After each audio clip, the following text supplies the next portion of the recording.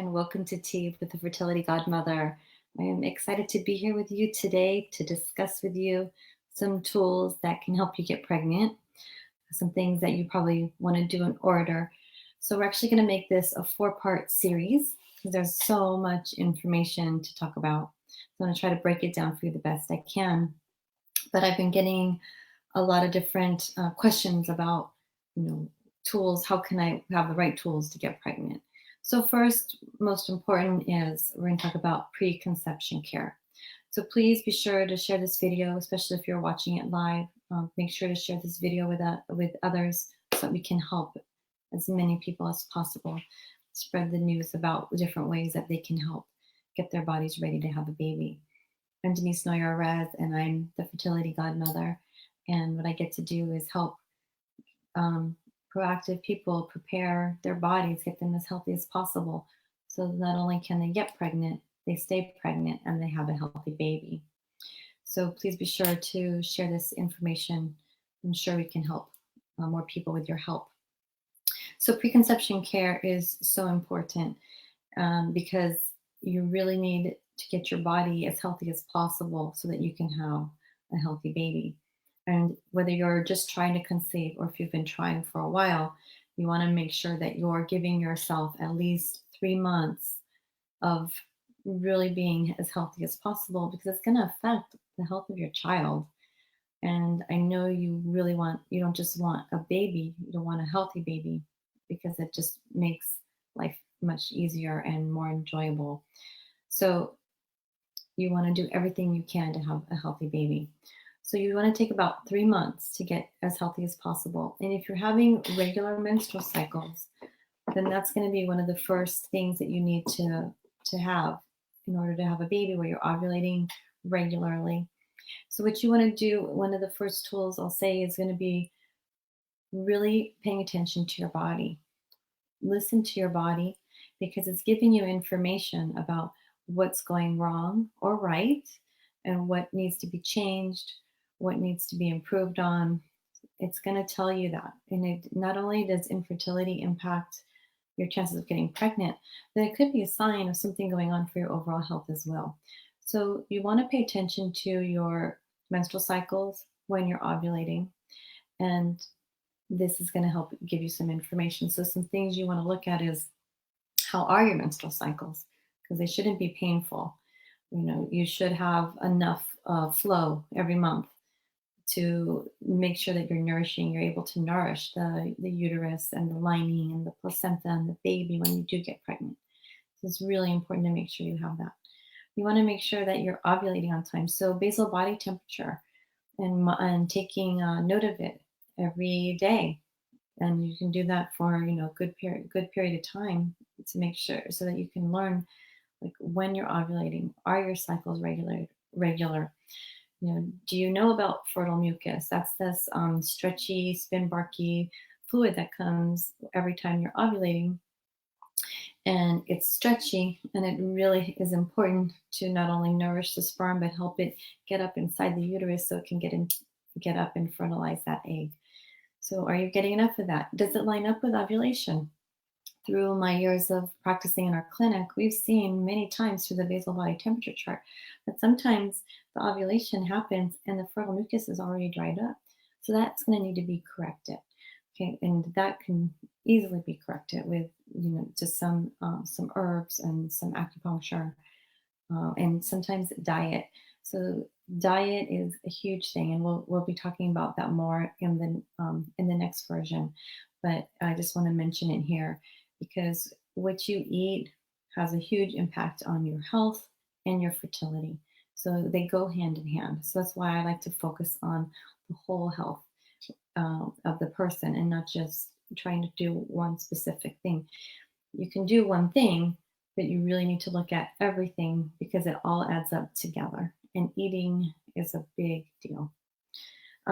If you are having ovulation disorders like PCOS, or you don't know, even if you don't have PCOS, but you're just not ovulating regularly, then that needs to be corrected so that you can get pregnant and stay pregnant. Because what happens is, when you have shorter menstrual cycles, then you decrease your chances of getting pregnant by 40%. That's huge. And then you increase your chance of miscarriage if you're having really long menstrual cycles.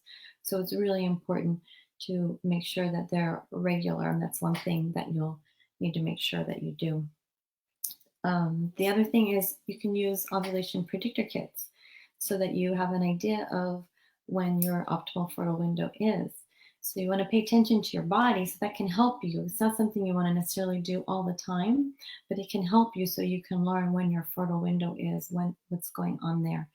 But you want to make sure if you have you want to get a you don't have to spend a lot of money on it, but what you do want to do is if you have um, PCOS or if you have a higher FSH, they may not be accurate. So a lot of couples get really frustrated, or not couples, I'm sorry, a lot of women get frustrated if they have PCOS and they're doing these ovulation predictor kits because it looks like they're ovulating several times throughout their cycle, which isn't the case, but you can get a false reading. So if you're someone who has regular menstrual cycles, or even somewhat regular, then those can be helpful for you. But the other thing is too, they can also have false positives or negatives even that never show that you're ovulating if you have a slightly high FSH. And FSH is something that gets measured by blood on cycle day 2 or 3. So this is something that I find is very important because I know when you look up preconception care, the definition is, we'll try to get pregnant for 6 months. If you're over 35, then go check out yourself, or a year if you're under 35. Well, that's a long time to wait, in my opinion. So, if you can get your doctor, or even if you want to work with me, I can help you with this. You want to get some blood work done. You want to make sure that you do everything. It does look optimal, so that you're not, trying 6 months, a year, 3 years later, and then discover that maybe you had advanced maternal age. You're a 32-year-old and you don't have a lot of eggs. That's really important to know, but maybe you want to have more than one child. What are you going to do? How are you going to take measures about that? So those are some things that are going to be really important. So you'll want to get an understanding of how many eggs you do have on your ovaries. Do you have blocked tubes? Were you exposed to any sexually transmitted diseases that may have caused some scar tissue in your fallopian tubes?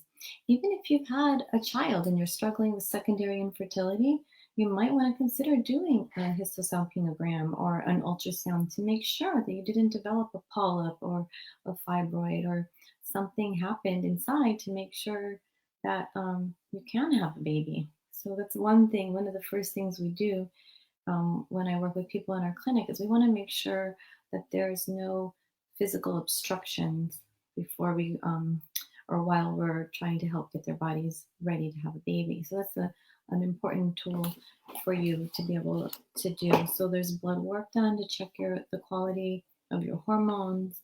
There's also how many eggs you have. There's an ultrasound or histosalpingogram that you probably want to have done at some point soon. And then also, let's not forget the man. So the guy should also have a sperm test, a semen analysis, which is just a basic test to see if he has enough sperm and if they're moving properly and if they're shaped properly.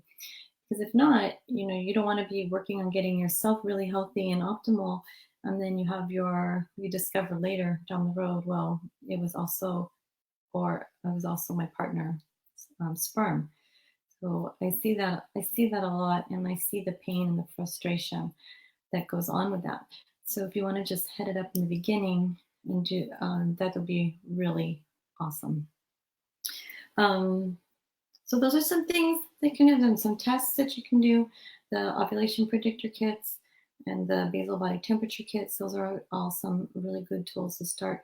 You can talk to me. I'd love to be able to give you some pre-consultation advice.